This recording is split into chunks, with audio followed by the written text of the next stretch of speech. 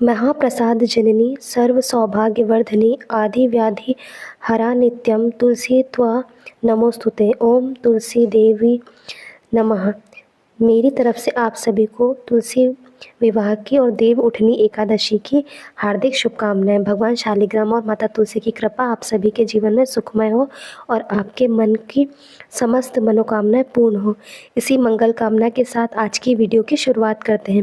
आज की वीडियो में हम बात करेंगे तुलसी विवाह के बारे में। शास्त्रों के अनुसार तुलसी विवाह की संपूर्ण विधि क्या होती है, किस विधि से हमें तुलसी की पूजा आराधना करनी चाहिए, शालिग्राम के साथ उनका विवाह संपन्न कराना चाहिए, भोग में कौन सा प्रसाद हमें अर्पित करना चाहिए, और हाँ, शास्त्रों के अनुसार आज तुलसी और शालिग्राम विवाह करते समय किन मंत्रों का जाप करना चाहिए जिससे कि मन की समस्त कामनाएं पूर्ण हो, भगवान शालिग्राम और माता तुलसी की कृपा आपको प्राप्त हो, आपके घर में सुख समृद्धि, संतान और सौभाग्य की वृद्धि हो। इसके लिए आज विशेष क्या करना चाहिए, तो संपूर्ण सरल और शास्त्रीय पूजा विधि आपसे मैं शेयर करने वाली हूँ। तो पूरा वीडियो आप ज़रूर देखिए। यदि आपको ये वीडियो अच्छा लगता है तो प्लीज़ मेरे चैनल को लाइक शेयर सब्सक्राइब ज़रूर करें और कमेंट बॉक्स में जय तुलसी मैया ज़रूर लिखें।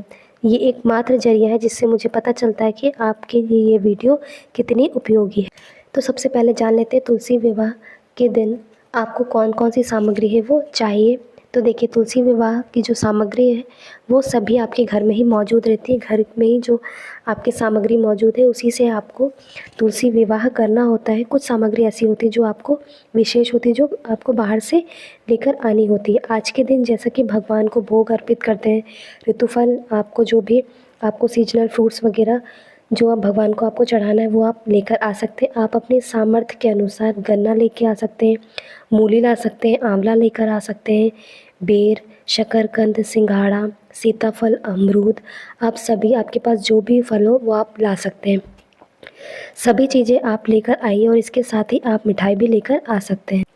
इसके साथ ही कुछ पकवान आप बना सकते हैं घर में, यानी भोग में आप कुछ सामग्री आपको जो चाहिए वो आप घर में ही भगवान के भोग को समर्पित करने के लिए आप बना सकते हैं।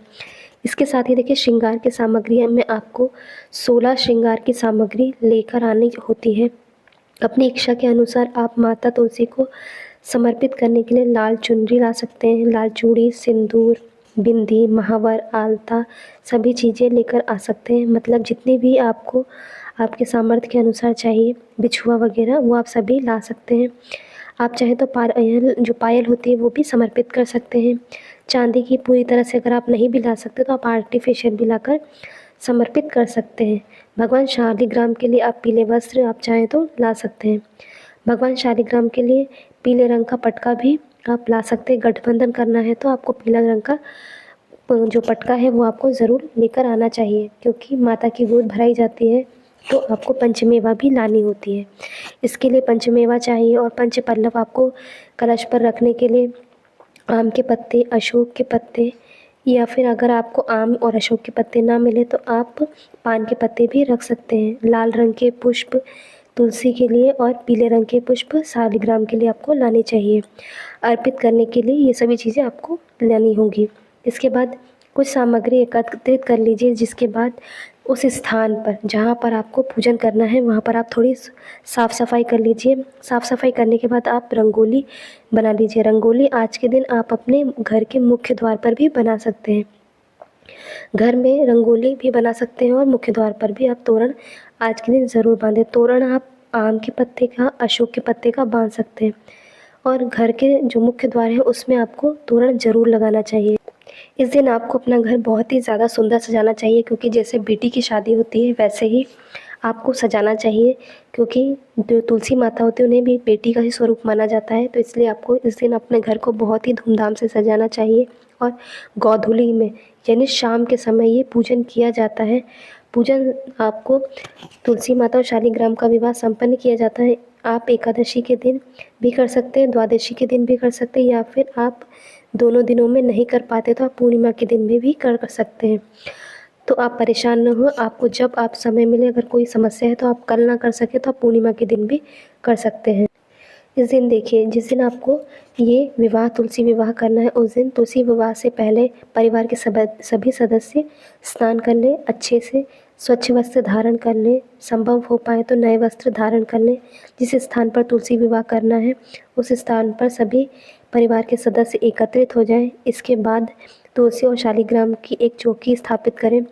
देखिए, तुलसी का एक गमला है, आप जो तुलसी लगाए हुए हैं वो एक गमले में हो, और शालिग्राम के लिए आप एक आसन लगा सकते हैं या चौकी लगा सकते हैं। आप चाहे तो विराजमान कर सकते हैं, या फिर आप अलग अलग चौकियों पर भी शालिग्राम और तुलसी जी को विराजमान कर सकते हैं। तो आप अपनी इच्छा के अनुसार जैसे चाहे वैसे विराजमान कर सकते हैं। तो इस तरह से आपको आसन लगाना चाहिए। आप चाहें तो शालिग्राम जी का आसन थोड़ा ऊंचाई पर और माता तुलसी का जो आसन है वो नीचे आप कर सकते हैं। इसके साथ ही शालिग्राम जी के दाईं तरफ माता तुलसी को आपको विराजमान करना है, इस बात का भी आप ध्यान रखिए। और चौकी पर लाल और पीले रंग का कपड़ा बिछा लीजिए। किसी भी पूजा या विवाह में कलश जरूर स्थापित किया जाता है, तो आप एक कलश की स्थापना कर लीजिए। तो एक पात्र लेना है, उसमें गंगा जल डाल लीजिए। उसके बाद शुद्ध जल भर लीजिए। कलश के अंदर आपको एक सिक्का, सुपारी और साबुत एक हल्दी, लौंग, इलायची आपको डाल लेनी है। इसके बाद ऊपर आपको पंचपल्लव रखने हैं। पंचपल्लव के ऊपर यानी आपको पंचपल्लव में आम के पत्ते या अशोक के पत्ते आपको रख लेने हैं। इसके ऊपर आपको एक कटोरे में गेहूं या चावल रख लेना है। उसके ऊपर आप चाहें तो नारियल रख सकते हैं, या फिर आप दीपक भी प्रज्वलित कर सकते हैं। यदि आप नारियल रखते हैं तो नारियल का मुख आपको अपनी तरफ रखना है, और नारियल में आप स्वास्तिक जरूर बना लें। इस दिन यानी एकादशी के दिन चावल खाना वर्जित माना गया है, तो आप पूजन में भी चावल का प्रयोग ना करें। चावल की जगह आप गेहूं का प्रयोग कर सकते हैं, या फिर सफ़ेद तिल का प्रयोग कर सकते हैं। कलश के ऊपर जो आपने नारियल रखा है उसमें आपको कलावा जरूर लपेट लेना है। बिना कलावे के आपको नारियल नहीं रखना। कलश की स्थापना के बाद आपको सबसे पहले घी का आपको या फिर तिल के तेल का आपको एक दीपक प्रज्वलित करना है। दीपक प्रज्वलित करने के बाद आपको गणेश जी की और गौरी माता की स्थापना करनी है। यदि आपके पास गौरी गणेश की मूर्ति नहीं है तो आप सिर्फ गणेश जी की भी स्थापना कर सकते हैं। स्थापना करने के लिए नीचे आपको थोड़े से गेहूँ या थोड़ी सी जो सफ़ेद तिल है वो रखनी होती है, उसके ऊपर गणेश जी को विराजमान करना होता है। इसलिए आप चाहें तो गणेश जी को सिंपल अकेले भी आप विराजमान कर सकते हैं, या फिर गौरा जी के साथ भी विराजमान कर सकते हैं।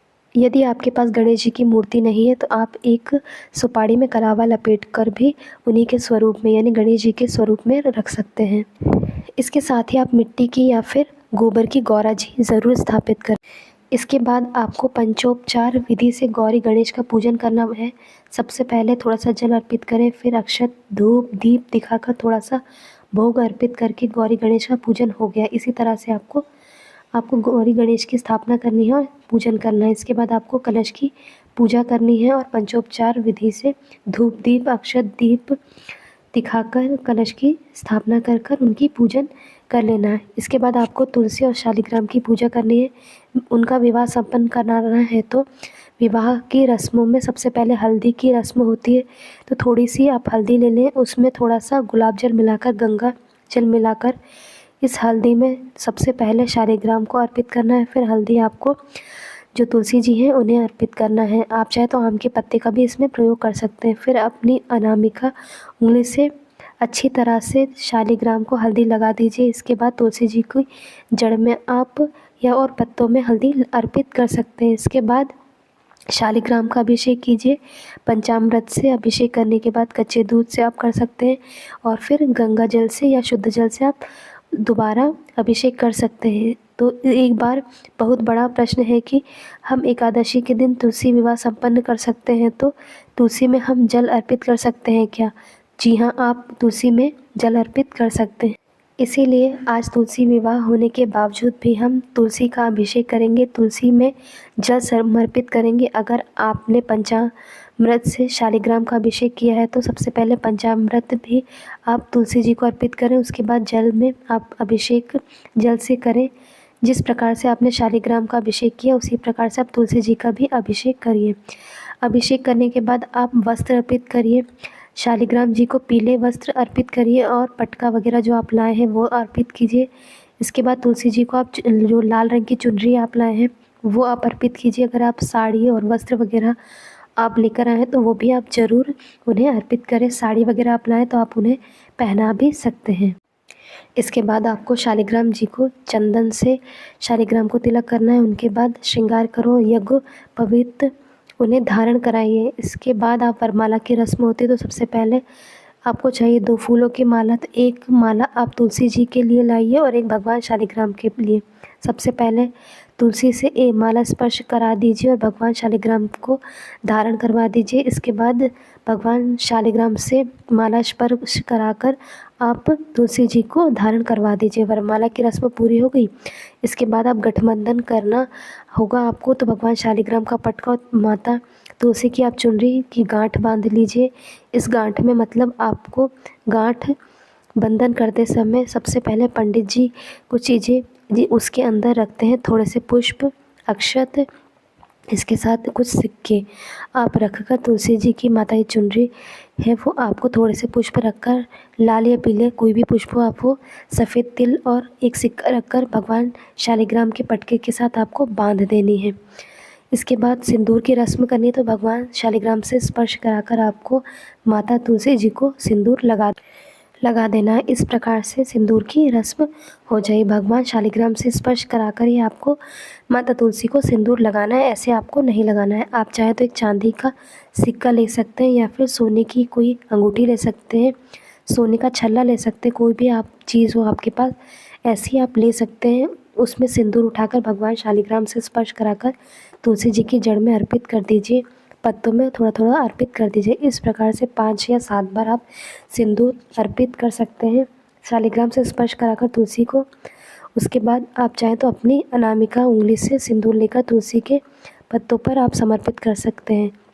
आज तुलसी के हर पत्ते में सिंदूर आप लगा सकते हैं। सिंदूर आज के दिन बहुत ही श्रेष्ठ होता है। सुहागिन स्त्रियाँ आज के दिन माँ तुलसी को जितना अधिक सिंदूर अर्पित करती हैं, कहा जाता है उतने जन्मों तक सौभाग्यवती रहती हैं।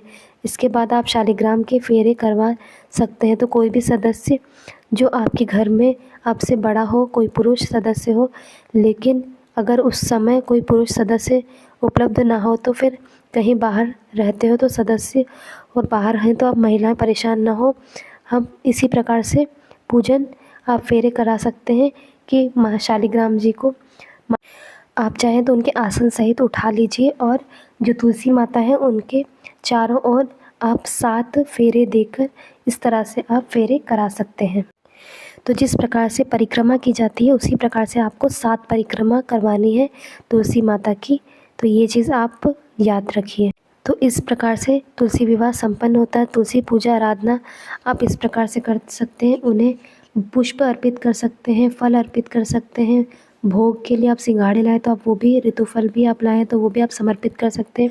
एकादशी के दिन आप चाहे तो मखाने की खीर भी अर्पित कर सकते हैं। एकादशी के दिन जिस दिन आप विवाह संपन्न कराएं उस दिन आपको अन्न का भोग समर्पित नहीं करना है। आप जैसे कुट्टू का आटा, सिंघाड़े की पूड़ियाँ और चाहे तो इस तरह से आप अर्पित कर सकते हैं। शालिग्राम को बिना तुलसी के भोग अर्पित नहीं किया जाता है, तो आपको सभी चीज़ों पर तुलसी का पत्ता ज़रूर रखना चाहिए, तभी आपको समर्पित करना चाहिए। तो इस प्रकार से आपको तुलसी विवाह संपन्न कराना है। आज के दिन आपको तुलसी के पत्ते नहीं तोड़ने चाहिए। आप चाहे तो पहले से तुलसी के पत्ते तोड़कर रख सकते हैं। आप चाहे तो तुलसी दल की माला बनाकर शालिग्राम जी को अर्पित कर सकते। उसके बाद आप अपने मन की कामना कर सकते।